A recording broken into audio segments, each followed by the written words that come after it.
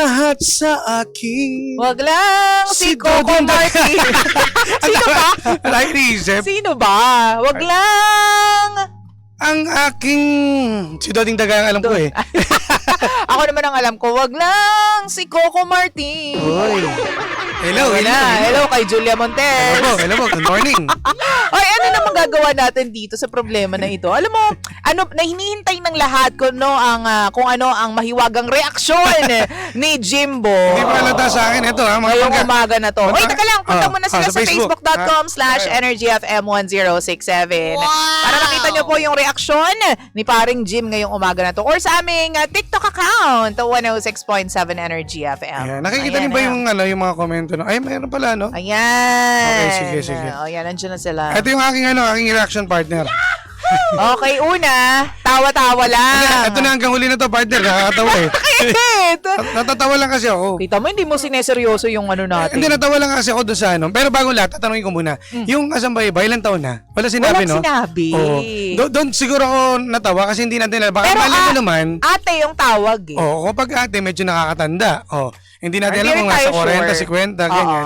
Pero sa paglalaban ng brief, doon ako natawa eh. Bakit? Yung mismong dapat yung lalaki, kusa niya lang siya naglalaban nun eh. Personal yun eh. Teka lang ha, Jim, ikaw ba naglalaban ng brief? Oo! Totoo. Kasi personal thing yun eh.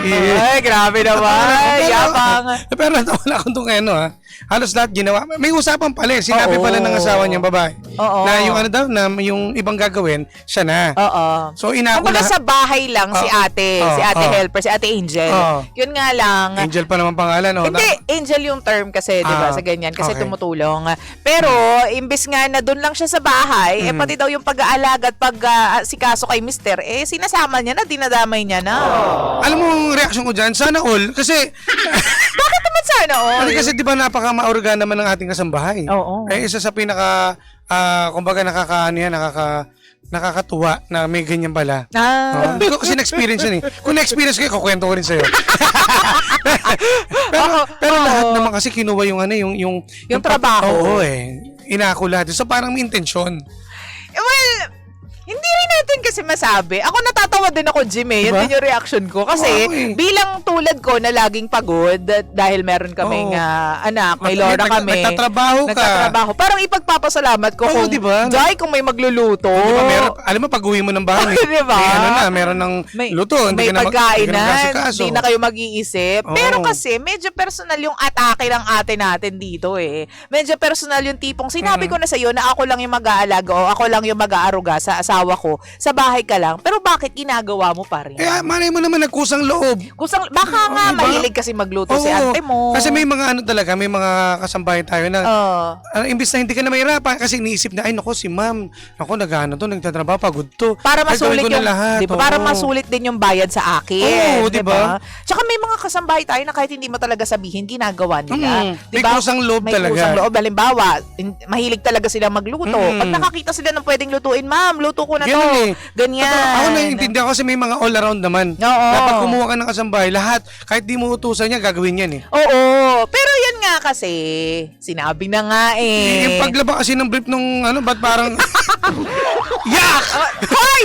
Well, alam mo, anong masasabi natin dito? Pwede rin natin tingnan yung isang aspeto na bago pa lang kasi silang mag-asawa. Baka nagkakapaan pa sila. Tsaka, alam mo na, masyado pang attached. Kasi isang taon pa lang silang mag-asawa. Tapos 31 years old pa lang ang ante mo. Diba? So, meron din kasi mga babae na ako ang bahala sa mister ko. Oo. Ako lang ang mag-aalaga, ako lang ang mag-aayos sa mga damit niya, ako lang magpapakain sa kanya, ako lang lahat. Kung ganun din pala, sana di ka na kumuha ng kasambahay. Para sa bahay nga ganun din kasi pag seloso, mas maganda kumuha ka lalaki. Ewan ko lang lalaki na kasambahay. Pwede naman sigurong ganun. Ang galing mo, G. Para hindi na siya magselos. O baka naman mamaya si Mr. ang magselos. Ayun din niya. Diba? Kung kilala mo naman kasing partner mo, bakit niya magselos? Ayun! Diba? Pero nakakatakot din, ha? Nakakatakot din, eh. At saka feeling ko na-trigger ang ate mo, ang ating letter sender na si Erica, doon sa part na, di ba, nung kinonfronta niya, di ba ate, sabi ko sa'yo, di ba, ako lang, ikaw lang sa bahay, ako na sa asawa ko. Tapos ang sabi niya, gusto ko po kasing pagsilbihan si Sir. Ay, kayong dalawa pala. Doon talaga medyo tagilid, eh. Intensyon. Meron, malandi rin to, eh. Ay! Baka naman, mabiro lang. Biro ba yun? Kung ikaw ginanong ka, biniro ka, matutuwa ka ba? Baka Medyo. sampalin mo. Baka magulat yan. Baka hindi rin ako matuwa. Hindi ka Pero matutuwa. kasi binibigyan ko ng benefit of the doubt. Well, tingnan din natin, baka naman komedyante rin naman kasi yung si ating kasambahay. Pero kasi, mali. Okay, ito na lang. Sige, para matapos na partner. O, sa akin, kung gano'n din pala, magkakaroon din, kumbaga, bago pa lang pala kayong mag-asawa, di sana, hindi mo na kayo kumuha. Ginawa mo muna yung gawaing bahay bilang asawa. Kinaya nyo muna kinaya dalawa muna. lang kayo. Para at least i-test mo muna for 1 year, 2 years, ganyan. Tsaka pag hindi kaya talaga at may mga anak na kayo, doon na kayo kumuha. Ganun lang naman eh. Alam mo, kung ako yan, kung ako yung tatanungin mo kung anong gagawin ko, tanungin mo muna ako. Anong gagawin mo, Lindsay? Hinulit. Direct naman. Anong gagawin mo? Pag ganon. Kukumprontahin ko si ate. Sa paano pa mamaraan? At sasabihin ko talaga outright, ate, hindi ako natutuwa sa mga biro mo. Ganon? Ganyan. Nakakatakot siya pala. Hindi kasi kung yun Pag talaga kumuha yung... pa si Licia, huwag lang kayo magkakaroon. Hindi, Hindi kasi kung yun talaga yung nararamdaman ko, bakit naman kasi ako magtatago ng feelings sa sarili kong pamamahay? 'Di ba? Sa sarili kong asawa, 'di ba? Pero kung halimbawa nasa 50 years old yan, gagawin mo ba rin? Hindi, sasabihin ko na lang, ate, hindi. Uulitin ko sa kanya. Sinabi ko na sa iyo noon, ate, ako lang ang maglalaban ng brief ng mister ko. 'Di ba? Hindi, kala ko sasabihin mo, ba't di mo pa sinama yung panty ko na rin? Parang isang buo na lang, gano'n, wala na selusan. 'Di ba? Okay, pwede Ako naman. na ulit. Ulitin lang natin. Ate, ulitin ko ha. Ako na yung magluluto, Pwede. ako yung maglalaba. Sa bahay ka lang. Minsan kasi kailangan mo lang ulitin. Bigyan mo na lang o sige, eto yung trabaho mo. Eto, maglilinis ka, maglalaba, maghugas ng pinggan. Yung paglalaba Ganyan. ng brief ng ni kuya mo, ako na. Yung pagluluto Oo. ng pagkain, ako na. Ay, di paano gagawin niya? Di ba? Ano tawag doon, partner, yung may lagay ng mga labahin natin? Ang mga batya. Yung, alam mo, nasa batya, di ba doon nilalagay yung mga tuming damit? So, ano gagawin niya? Isa-separate niya yung... Hindi, sa kwarto nyo pa lang, dapat nakahiwalay na. Or hindi, mas maganda kausapin mo yung mister mo. Sabihin mo na, baby, ano mo na yan, ako na maglalaban yan. Huwag kang makulit ha, tigas ng ulo Kasi mo. minsan baka sinasama doon sa mga maduduming labahin Damit. na. Sa bahay, doon pa lang, bago mo ilabas yung labada ninyo, nalalabhan ni ante, nung helper, doon pa lang segregate mo na. Tsaka please naman. Dito yung brief, dito yung panty. Pero di tsaka ba? please naman, Diyos ko naman. Isabay mo na sa pagligo, laban mo na rin yung brief mo, nakakahiya. Ang taray ni Jim, ganyan ba ginagawa mo? Kalalaking tao, hindi ba nakakapaghubad ka ng panty, pero yung sa'yo, yung pagkalaban ng brief, hindi mo magawa. May mga ganyan talagang lalaki. Talaga? Si ano ba? Si ganun din? Huwag ka tatampalin kita. Hindi, depende naman sa inyong usapan yan. Pero magkusala lang tayo bilang lalaki. Alam niyo naman yung dapat gawin. Pwede, dali-daling laban yan eh. Oo nga, konting kusot. Oo. Sabay mo na, habang ligo ka, ganun mo. Ay.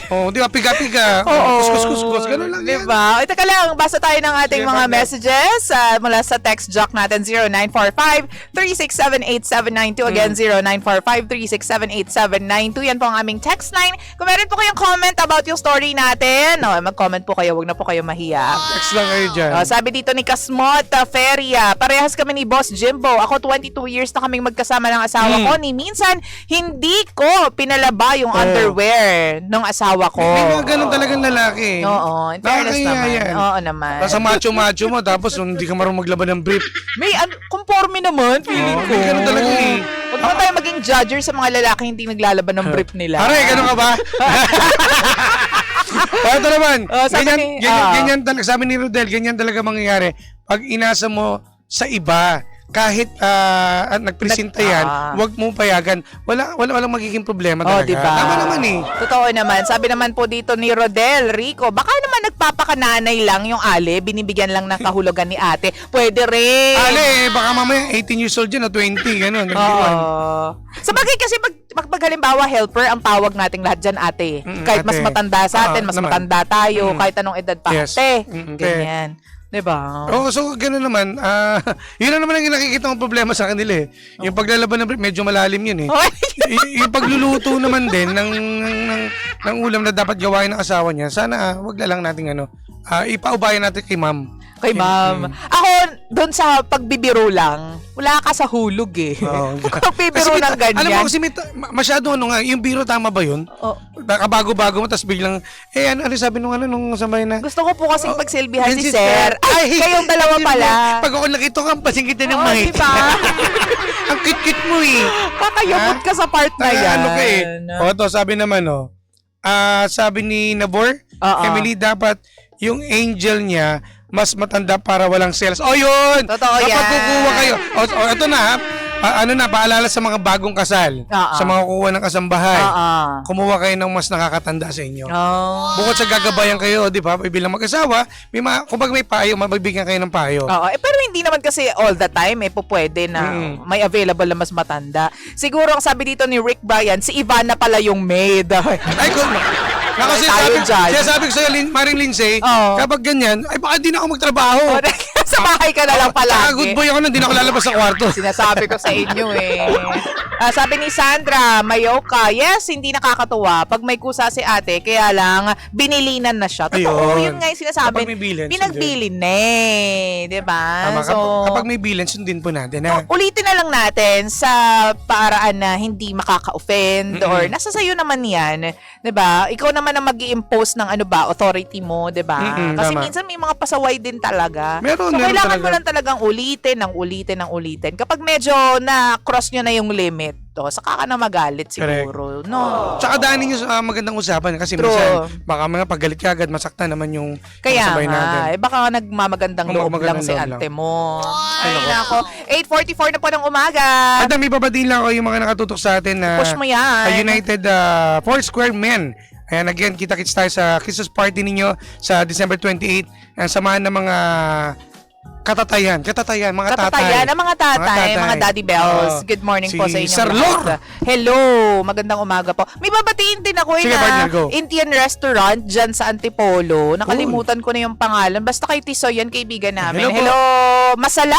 Tama ba? Masala. Basta bukas, batiin natin ng maayos. Sige. Hi, Tisoy. Mababati ko naman siya kapag nagpadali. Kapag natikman natin. Kapag natikman natin, partner. 8:45 ng umaga, Pangga.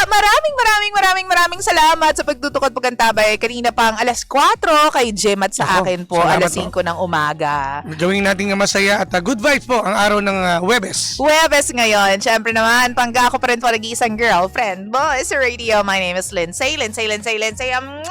At ang inyong Jimbalist DJ, ako po si Jimbo. At tayo pa rin po ang number 1, 06.7 Energy FM. Panggawag sabing radyo. Sabihin mo! Energy! Oy, syempre naman, susunod na po ang Baklitas! Good morning! Good morning, tutok lang! DJ Lindsay at DJ Jimbo. Energy sa umaga.